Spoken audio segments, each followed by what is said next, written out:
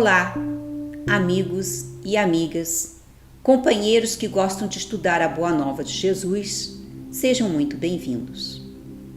Hoje estudaremos o Evangelho segundo o Espiritismo de Allan Kardec, capítulo 3, item 2, sobre o título Diferentes Estados da Alma na Erraticidade. Mas antes, vamos começar elevando nossos pensamentos aos bons espíritos para que nos assistem, para que eles possam abrir o nosso entendimento para as palavras do Evangelho de Luz, com a prece que Jesus nos deixou. Pai nosso que estais nos céus, santificado seja o vosso nome, venha a nós o vosso reino, seja feita a vossa vontade, assim na terra como no céu. O pão nosso de cada dia, dai-nos hoje, perdoa as nossas ofensas, assim como perdoarmos a quem nos tem ofendido. Não nos deixes cair em tentação, mas livrai-nos do mal, porque teu é o reino, o poder e a glória para todo sempre. O capítulo de hoje começa com as palavras consoladoras de Jesus. Não se turbe o vosso coração. Credes em Deus, crede também em mim. Há muitas moradas na casa de meu Pai. Se não fosse assim, eu vou-lhe teria dito, pois me vou para vos preparar o lugar. Depois que me tenha ido e vos houver preparado o lugar, voltarei e vos retirarei para mim, a fim de que, onde eu estiver, também vós aí estejais. Essas palavras estão no Evangelho de João, no capítulo 14, nos itens de 1 a 3. E como são atuais as palavras de Jesus? Pois, com tudo que temos assistido e vivenciado, necessitamos de um objetivo, uma motivação que nos mostre o porquê e como sair dessa situação mais amadurecidos, mais convictos do nosso papel, do ser que somos. A casa do Pai é o universo. As diferentes moradas são os mundos que circulam no espaço infinito e oferecem aos espíritos que neles encarnam moradas correspondentes ao adiantamento dos mesmos espíritos. Aqui cabe um comentário de Kardec. As diferentes moradas espirituais são vistas segundo a elevação da alma. Elas podem ser compreendidas como estados de felicidade ou infelicidade humana. Outro comentário de Kardec, que é muito pertinente, é o da questão 584 de O Livro dos Espíritos. Os espíritos encarnados têm ocupações inerentes à sua existência corporal.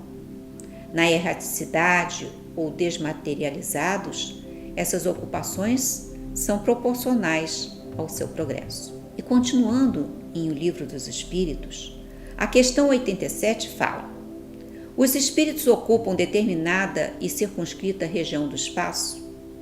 E a resposta foi: os espíritos estão em todos os lugares. A questão 181 diz: os espíritos habitam os diferentes mundos, que habitam os diferentes mundos, têm corpos semelhantes aos nossos? Sem dúvida, possuem corpos, porque é bem necessário que o espírito seja revestido de matéria para agir na matéria. Mas esse envoltório é mais ou menos material, segundo o grau de pureza em que chegaram os espíritos e o que faz a diferença dos mundos que devemos percorrer. Na questão 231, temos: os espíritos errantes são felizes ou infelizes? E a resposta foi: depende do seu mérito. Sofrem as paixões cujos princípios conservam, ou são felizes, segundo sejam mais ou menos desmaterializados. Outro livro que estudamos foi O Céu e o Inferno, e ali temos: as ideias do homem estão na razão direta do que ele sabe. Sob a influência desses conhecimentos novos, as crenças se modificam. O homem compõe-se de corpo e espírito, O espírito é o ser principal, racional, inteligente, e o corpo é o invólucro material que reveste o espírito temporariamente para o preenchimento de sua missão na Terra e execução do trabalho necessário ao seu adiantamento. O corpo usado destrói-se e o espírito sobrevive à sua destruição. Privado do espírito, o corpo é apenas matéria inerte, qual instrumento privado de mola real de sua função. Sem o corpo, o espírito é tudo: a vida, a inteligência. Existem, portanto, dois mundos: o mundo corporal, composto de espíritos encarnados, e o espiritual, formado de espíritos desencarnados. Os espíritos são criados simples e ignorantes, mas dotados de aptidão para tudo conhecerem e progredirem em virtude do seu livre-arbítrio. Pelo progresso, adquirem novos conhecimentos, novas faculdades, novas percepções e, conseguintemente, novos gozos desconhecidos dos espíritos inferiores. Eles veem, ouvem, sentem e compreendem o que os espíritos atrasados não podem ver, sentir, ouvir ou compreender. A felicidade está na razão direta do progresso realizado, de sorte que de dois espíritos, um pode ser que não seja tão feliz quanto o outro, unicamente por não possuir o mesmo adiantamento intelectual e moral, sem que por isso precisem estar em lugares distintos. O progresso nos espíritos é fruto do próprio trabalho, mas como são livres, trabalham no seu adiantamento com maior ou menor atividade, com mais ou menos negligência, segundo sua vontade, acelerando ou retardando o progresso e, por conseguinte, a sua própria felicidade. A encarnação é necessária ao duplo progresso moral e intelectual do espírito, ao progresso intelectual pela atividade obrigatória do trabalho, ao progresso moral pela necessidade recíproca dos homens entre si. Para o homem que vivesse isolado não haveria vícios nem virtudes, preservando-se do mal pelo isolamento, mas anularia o bem. No intervalo das existências corporais, o espírito torna a entrar no mundo espiritual, onde é feliz ou desgraçado de segundo o bem ou o mal que fez aqui na Terra. O espírito progride igualmente na erraticidade, adquirindo conhecimentos especiais que não poderia obter na Terra e modificando suas ideias. Muitas pessoas fantasiam o além da morte, mas, morrendo, continuaremos vivos, pensando, sentindo as mesmas necessidades que temos no mundo material, felizes ou infelizes, de acordo com o aprendizado que adquirimos aqui encarnados. Por isso, segundo o livro Cartas e Crônicas pelo Irmão X, no capítulo Treino para a Morte, encontramos: preliminarmente admito que deva referir-me aos nossos maus hábitos. A cristalização deles, aqui, é uma praga tiranizante. Comece a renovação dos seus costumes pelo prato de cada dia. Diminua a volúpia de comer a carne dos animais. O cemitério na barriga é tormento depois da transição. O lombo de porco ou o bife de vitela, temperados com sal e pimenta, não situam muito longe dos nossos antepassados os tamoios e os ciapós que se devoravam uns aos outros. Os excitantes, largamente ingeridos, constituem outra perigosa obsessão. Tenho visto muitas almas de origem primorosa dispostas a trocar o próprio céu pelo uísque aristocrático e pela nossa cachaça brasileira. Tanto quanto lhe seja possível, evite o abuso do fumo. Infunde pena angustiante aos desencarnados amantes da nicotina. Não se renda à tentação dos narcóticos, por mais aflitivas que lhes pareçam a crise no estágio do corpo. Aguente firme os golpes da luta. As vítimas da cocaína, da morfina e dos barbitúricos demoram-se longo tempo na cela escura da sede e da inércia. E o sexo? Guarde muito cuidado na preservação do seu equilíbrio emotivo. Temos aqui muita gente boa carregando consigo um inferno rotulado de amor.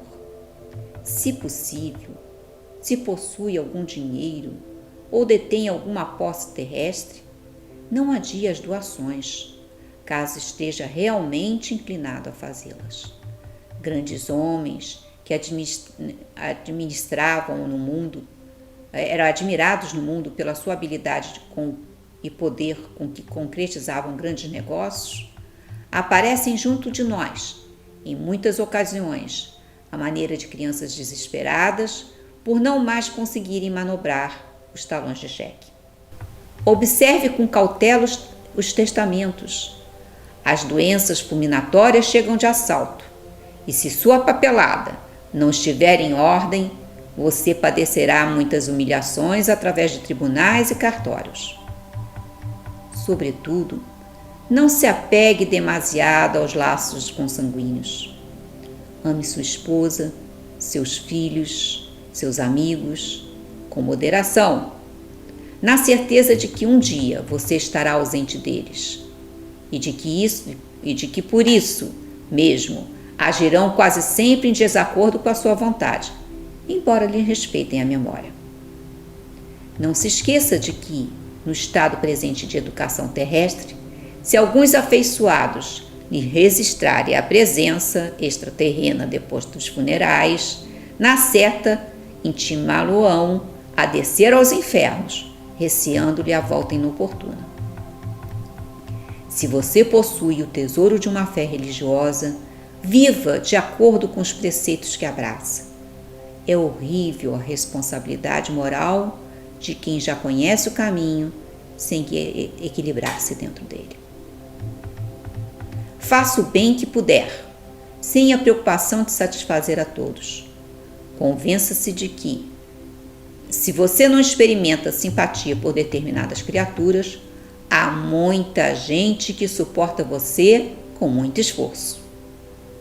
Por essa razão, em quaisquer circunstâncias, conserve o seu nobre sorriso, trabalhe sempre, trabalhe sem cessar. O serviço é o melhor dissolvente de nossas mágoas. Ajude-se através do leal cumprimento de seus deveres. Um livro muito interessante que consultamos foi Temas da Vida e da Morte, de Manuel Filomeno de Miranda, psicografado pelo Divaldo Franco, e o trecho que gostaríamos de mencionar agora seria o capítulo Antes Moribundos. Quando o homem compreender em toda a sua magnitude o fenômeno da morte e consequente despertar do espírito, poderá contribuir de maneira eficiente para o desprendimento dos moribundos no seu leito de agonia. O comportamento materialista que o propele a uma existência de imediatismos faz que, diante da morte dos seres queridos, se entregue ao desespero, ou à blasfêmia, ou ao inconformismo, atirando perigosos dardos de ira naquele que necessita de paz, no momento grave em que se encerra o seu ciclo biológico, no qual realizou um empreendimento de magna importância para o curso de sua evolução.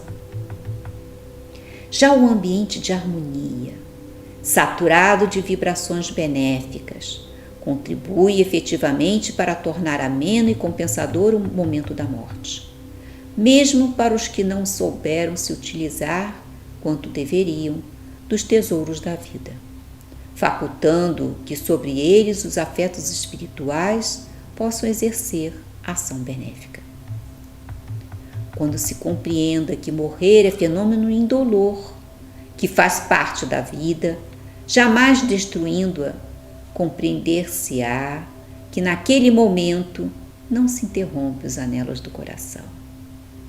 Em toda parte, vige Existe um intercâmbio psíquico e emocional, mantendo as estruturas ou desarticulando-as, estimulando as aspirações ou diluindo-as, pois que é das poderosas forças existentes que infelizmente ainda não é canalizada como seria de desejar-se.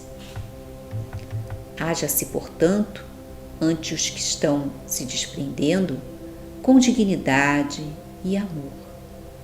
Antes de pensar em si, aquele que fica, se realmente ama, pense em quem segue e ajude-o, a fim de que mais rapidamente possa tê-lo de volta para o convívio espiritual e desse modo se prepare por sua vez para a própria viagem, em que breve ocorrerá, quando se reunirá esse afeto, então sem angústia nem adeus.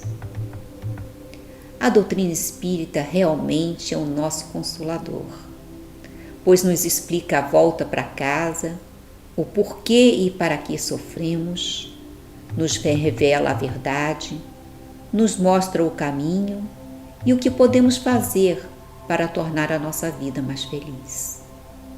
Alguns de nós estão passando por momentos de angústia e aflição por perdas, mas tenhamos em mente que tudo é para o nosso progresso como espíritos que somos.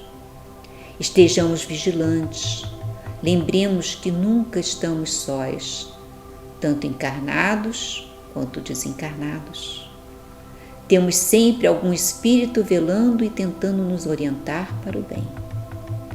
É através da prece sincera que nos colocamos aptos a receber as boas intuições. Nunca foi tão importante nos autoconhecermos, ter autodomínio e fazer a autorreforma para nos automelhorar. Menos orgulho, menos egoísmo, mais solidariedade, mais tolerância, mais paciência e mais amor. Vamos agora aproveitar o momento para vibrar para aqueles que estão voltando para casa. Vamos vibrar para que eles fiquem aptos a receber a ajuda da enfermagem espiritual que vem trabalhando incansavelmente para recebê-los com o amor do Cristo. Vamos vibrar para todos que atuam nos hospitais, que tenham suas forças restauradas para continuarem firmes em sua batalha contra as doenças. Vamos vibrar para os nossos governantes, para que sejam bem intuídos e possam ajudar a população com boas escolhas, com boas decisões. Vamos vibrar para a nossa comunidade, para os abrigos, os presídios, os locais onde existe miséria moral e material. Vamos vibrar pelos templos de oração, pelas casas espíritas, pela nossa casa espírita. Vamos vibrar pelos nossos familiares, amigos e para aqueles que têm alguma coisa contra nós. Vamos pedir licença para vibrar por nós mesmos. Vamos agradecer a Jesus que veio nos trazer a mensagem do Evangelho de luz e de amor. Vamos agradecer ao Pai que tudo providencia para a nossa felicidade e plenitude. E agradecemos a você que está conosco, que tem acessado o nosso canal. Estaremos de volta na próxima quarta-feira, às 8 horas da manhã, a partir das 8 horas estará no ar. E o nosso abraço fraterno e muita paz.